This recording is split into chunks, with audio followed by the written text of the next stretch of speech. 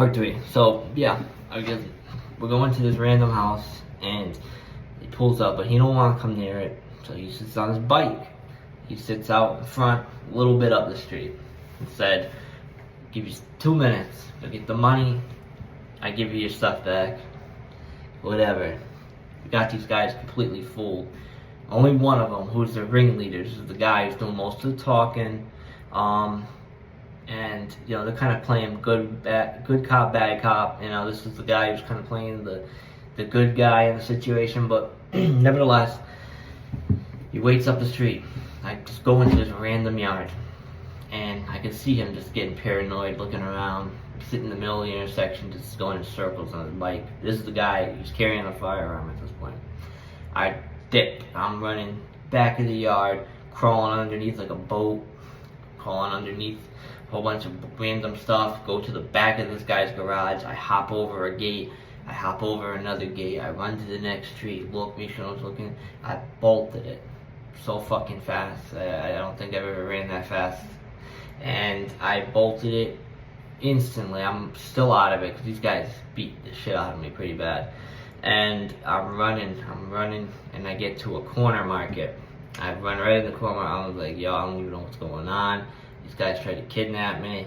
They beat the shit out of me. My face is all messed up. They called the police, and the police come. They ended up just taking a report and taking me home. They didn't even bother. I mean, this is Bridgeport, you know, nobody really gives a damn, and still, even back then, no one really did. They send one patrol car, 2 cops. They don't even care. I'm literally telling these guys, you know, they try to kidnap me. They beat the shit out of me. They brought me to a trap. But really, it was just like blew it over their heads. They took a report, brought me home, dropped me off. That was it. Never heard anything else after that. And yeah, I mean, that's like a simplified version of what happened. We can get into every single detail, but that's for another time. Don't like reliving these things too much because this has kind of built up a lot of trauma, and it has made me extremely paranoid, extremely safety and security conscious, to the point where, you know, if I can still carry, and if a building says no firearms, I'm not going in it, because not only incidents like this in my life, but then now modern incidents like, you know, these school shootings and, you know, mass shootings in public. Yeah, like I said, I respect your business if you don't allow firearms, but I'm not coming in. That's just how it be, you know. And of course, you know, I carry mace, I carry a pocket knife, I carry tactical pen. You know, I'm like a walking arsenal, and you know, I mean, couldn't you really? I guess people may look at me weird about it, but can you really blame me based on some of these situations, you know? But enough of that. Moving on. So that's like the first like life or death situation, and there'd be many others that were going on until now I'm 14, 15 years old, and you know, I'm hanging out with these kids, and they're pretty bad people. Some of them are good, but just falling into bad things. And I'm making connections, I'm making friends. I'd actually make a connection when we had this Hurricane Sandy.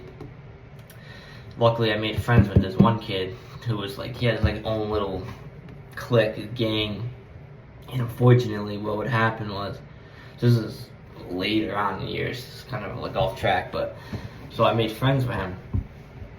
And then eventually, some of my friends that we had no power, so we're out in the middle of the night, just doing whatever. And we actually run into this group of guys armed to the teeth, pit bulls on chains. And luckily, this guy knew me, because if not, we probably would have been dead, considering how, you know, they were outnumbering us, and they were armed to the teeth, out committing crimes. It was lawless out there. But just goes to show that if you know the right people in the right situations, you can save your life. But yeah, I mean, some things that I would going on to do at this point, you know, stealing things, property damage, running from the police, trespassing, and some of this stuff was just for the adrenaline, for the fun. I mean, it wasn't because we wanted to crash. You know, when you're young and you just want to, you know, you at least when you're growing up in a situation, it's something myself and many of my friends did. You kind of just like you like the adrenaline of it. So when you're out there, you know, the cops are just chasing you and you're running, and you're getting away, and you're doing this all the time, and they can't catch you. And then, you know, later to come find out, because there would be this cop, he was like community oriented, and he eventually would sit down with us years later and kind of taught us, like, you know, you guys have been a problem in the community, and you know, people are always on him.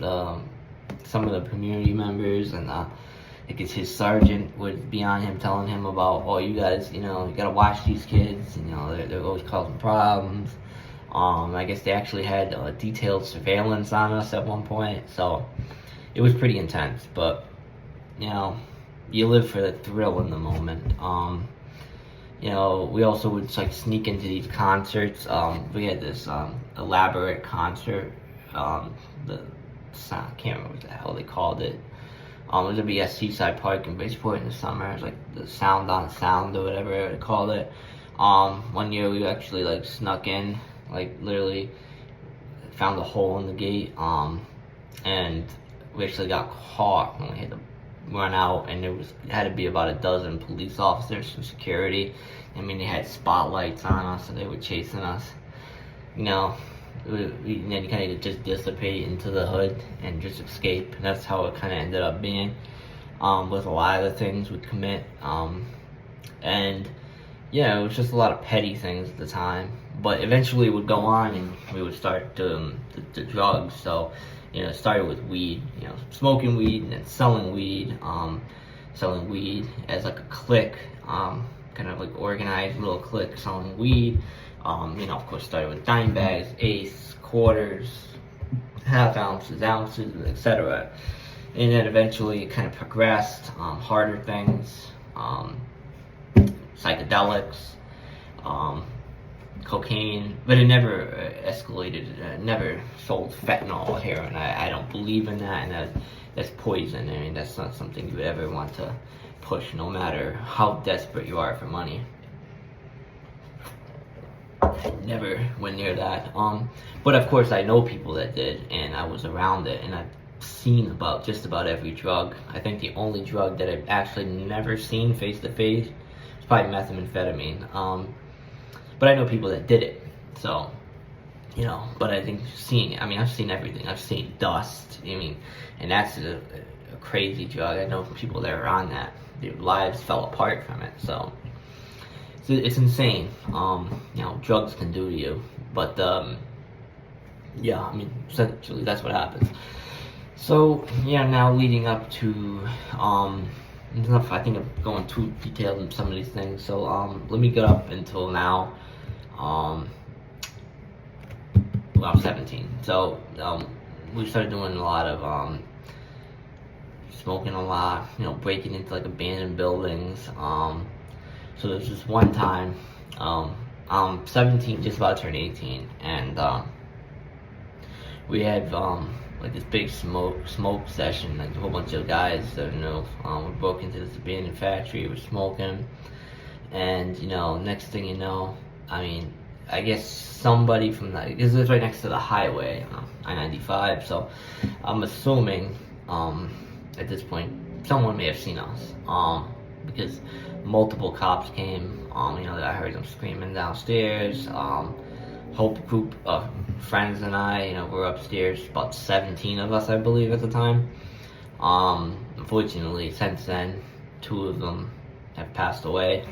So, you know, when you have a friend group that's like kind of big, and you know, you're in kind of that whole scenario, I mean, things happen, but yeah, essentially what had happened was someone saw us, and they called the local police, and they showed up, I believe, 4 or 5 cars, not sure how many.